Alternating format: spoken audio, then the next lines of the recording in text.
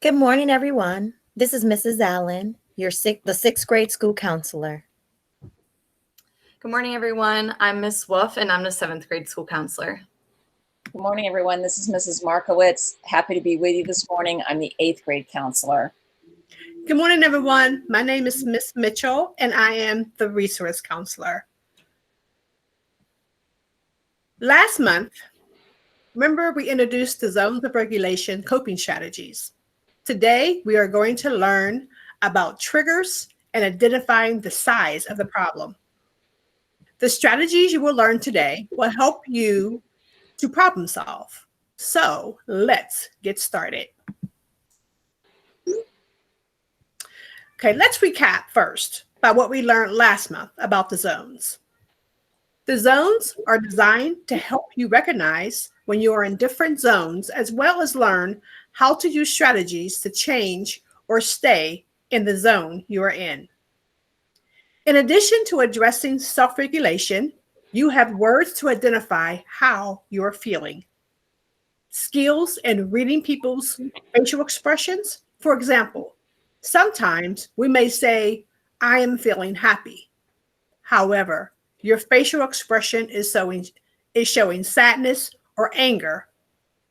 But how are you feeling, really? You will also gain perspective about how others see and react to your behaviors and insight into events that trigger your behavior, calming strategies, and problem-solving skills. Remember to think of the zones like a traffic light: green, yellow, and red, and a rest stop sign right next to it. Throughout this video, I want you to sort of keep in mind in your brain that we are talking about events that trigger your behavior and problem-solving skills.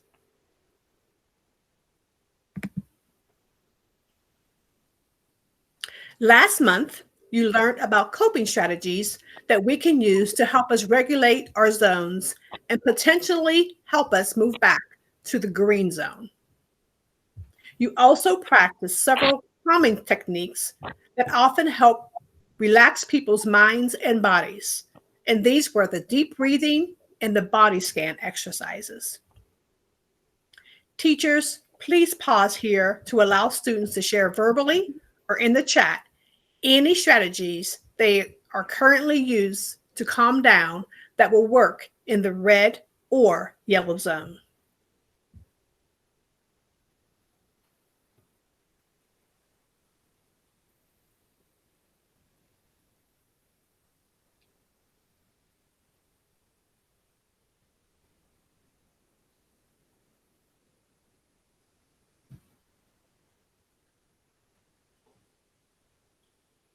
Now, students, please make a copy of the Zones Toolbox from the link in the chat that your teacher provided.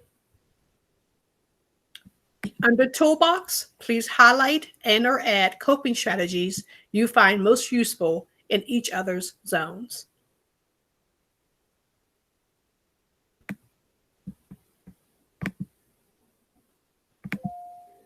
Now we're going to talk about triggers. What is a trigger? A trigger is a stimulus that causes us to become less regulated, increases the likelihood of going into the yellow or red zone. Now, there's nothing wrong with going into the red zone, but we want to stay calm and we want to use our coping strategies to see where we can help us calm down. Can we avoid triggers? Some people have predictable triggers.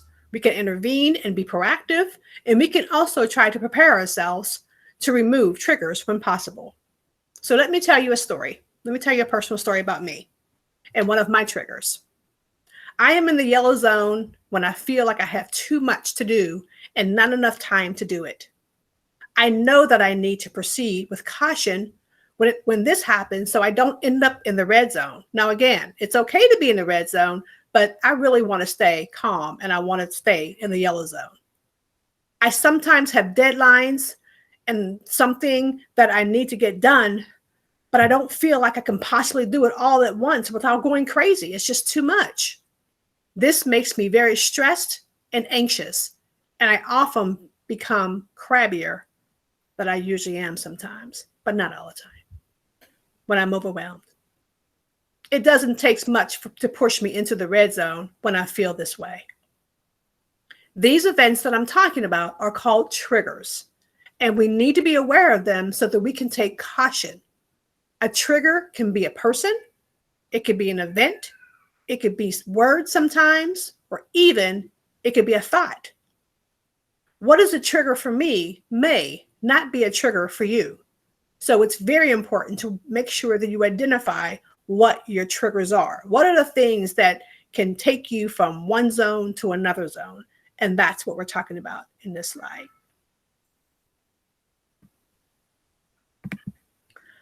I would like you to think of your triggers as caution sign, letting you know that you need to prepare yourself for something out of the ordinary and to be more careful. You often see signs such as caution, road construction ahead, or caution, slippery when wet, warning for you when there's danger. For this exercise, you're going to think about your triggers that lead you to the yellow zone or the red zone. Teachers, pause here to allow students to answer verbally or in the chat to this question.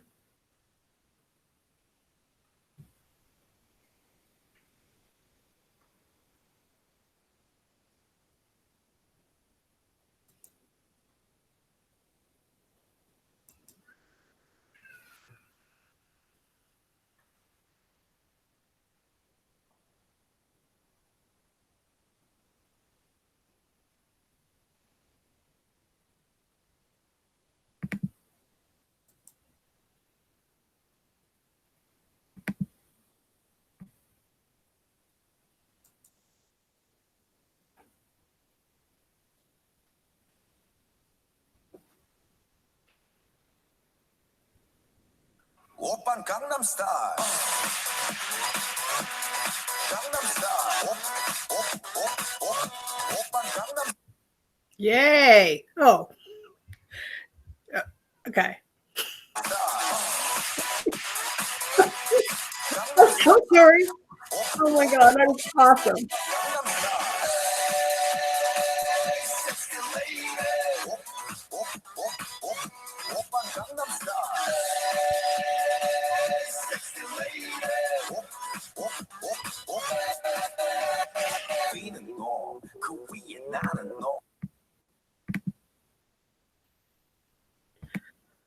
Oh my God.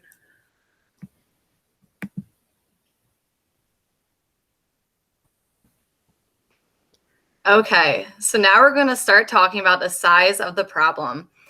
When you participate in group activities such as working with others on a project or playing a game together, you may get upset over what we call little problems or glitches. For example, sometimes someone else gets something you wanted, such as a color game piece a colored game piece, an assigned topic to study, or being chosen first. Other times you may have an idea of how to do something, but the people you are with choose to do it a different way. You want to start working on the fact that some problems are really big while others are little and can simply be ignored. Problems require different reactions, emotions, and solutions based on their size.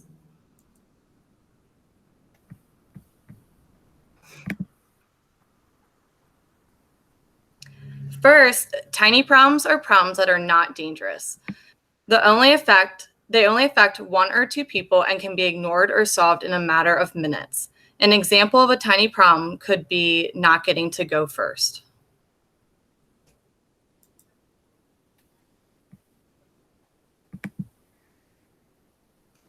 Next is a little problem. A little problem can usually be solved without help and only involves one or two people. It may last for hours, but usually gets resolved quickly. An example of this could be that a friend isn't letting you have a turn on the swing and called you a name.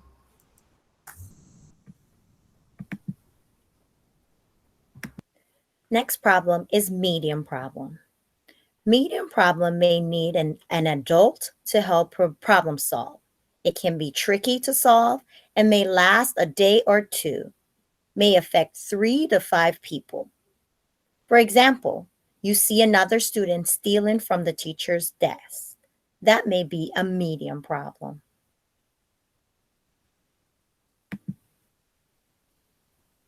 Next up is big problem. Big problems may involve injuries and may last for a week or longer. You will need help for this from a trained and trusted adult. Must tell an adult right away. No easy or quick solution to this big problem. An example of a big problem could be a person has a knife at school.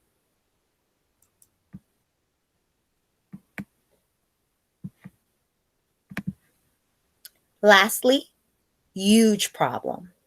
Huge problems are very dangerous and can involve many people, such as the whole school or the community. It may take weeks, months, and years to solve. It will include safety personnel, police, or fire, or others. An example of a huge problem could be an earthquake or a loss of a loved one.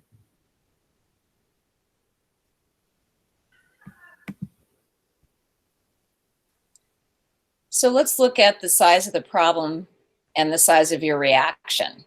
The size of your reaction should match the size of the problem. So ask yourself, is it a huge problem? Is it a big problem? Is it a medium problem? Or is it a little or tiny problem?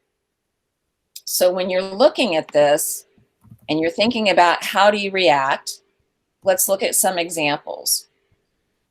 So Miss Allen went over all of these sizes of problems along with Miss Wolf. And so we're going to look at the size of your reaction versus the size of the problem. One of the things we're going to talk about is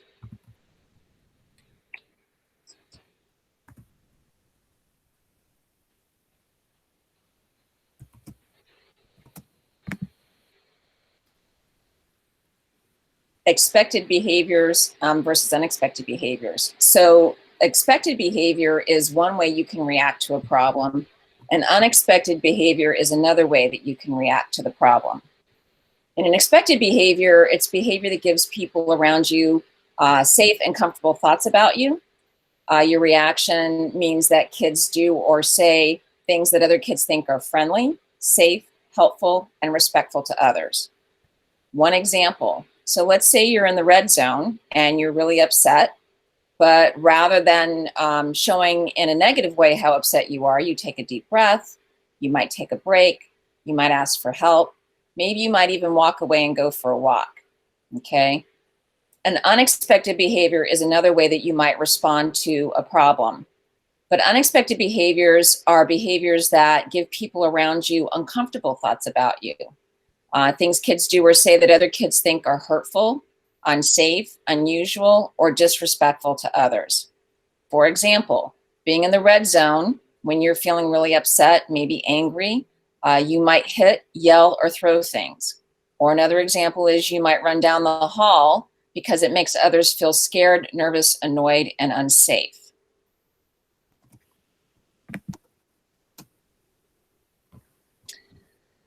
So here are some scenarios to talk about.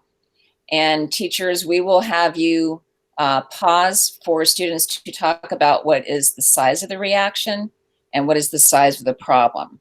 But I want you to understand that your reaction to the problem is going to be your feelings. There's no bad, there's no good feelings. Your feelings are important. It's what you do with your feelings that matter. Okay, so for example, let's say you're picked last. What's the size of the reaction that you might have? What is the size of the problem?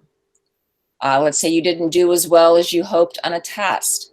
What's the size of the reaction you might have? What's the size of the problem? You got into a big fight and you got suspended. What's the size of reaction you might have to that? What is the size of the problem? You got into a car accident. What's the size of the reaction to that? What is the size of the problem? And finally, there's a large earthquake or some other kind of natural disaster. What would be the size of the reaction and what would be the size of the problem? Teachers, please pause the video to have these conversations with your students for each scenario.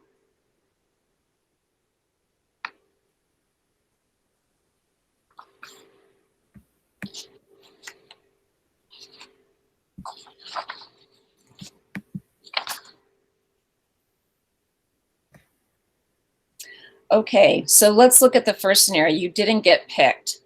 The size of the reaction could be the blue zone or the green zone. It depends on how you see the problem. So what's the size of the problem? It could be tiny or little. You didn't do as well as you hoped on a test. If you said the blue zone or the green zone, you could be right. It just depends, again, on how you view the size of the problem. Do you see it as tiny, little, or medium? You got into a big fight and you got suspended. What's the size of the reaction? Chances are you're probably in the yellow zone. What's the size of the problem? It could be medium. You got injured due to a car accident. What's the size of the reaction? It could be in the yellow zone. It could possibly be in the red zone too. Just depends on how you're feeling. What's the size of the problem? It's a big problem. And finally, when you guys talked about large earthquakes, what's the size of the reaction? I would guess probably you're going to be in the red zone because this is a huge problem.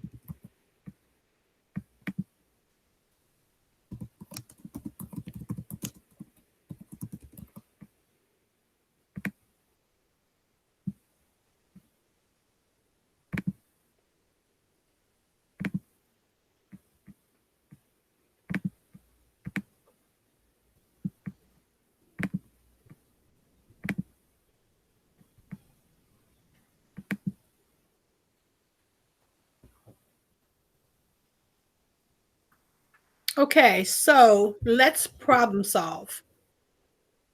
So let's recap about what we learned today.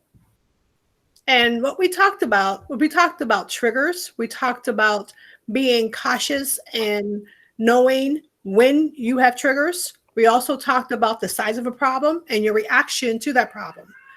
Now remember, just because a problem may be tiny, little, medium, big, or huge to somebody doesn't mean that it's going to be that way for everyone. Everyone has their own things that they have gone through. They have situations where they may react totally different than somebody else. And it doesn't mean that you're wrong. It just means that that is where you are. And so we want to meet you where you are. So if you feel like you have a tiny problem and somebody else may be, oh, that's nothing, it's fine, because we're going to make sure that we help you with the reaction to that problem. That's the best way that we can do it. We also talked about expected behaviors and unexpected behaviors.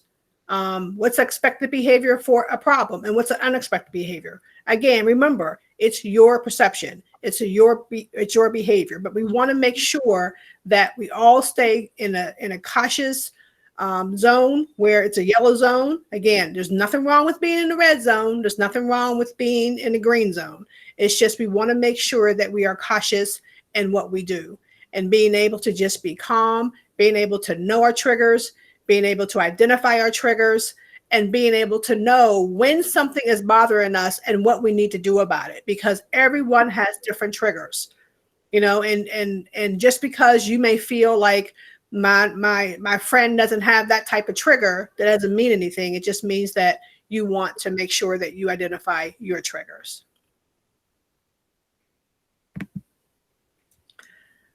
We all want to say, counselors want to say, thank you so very much for participating. Thank you very much for listening.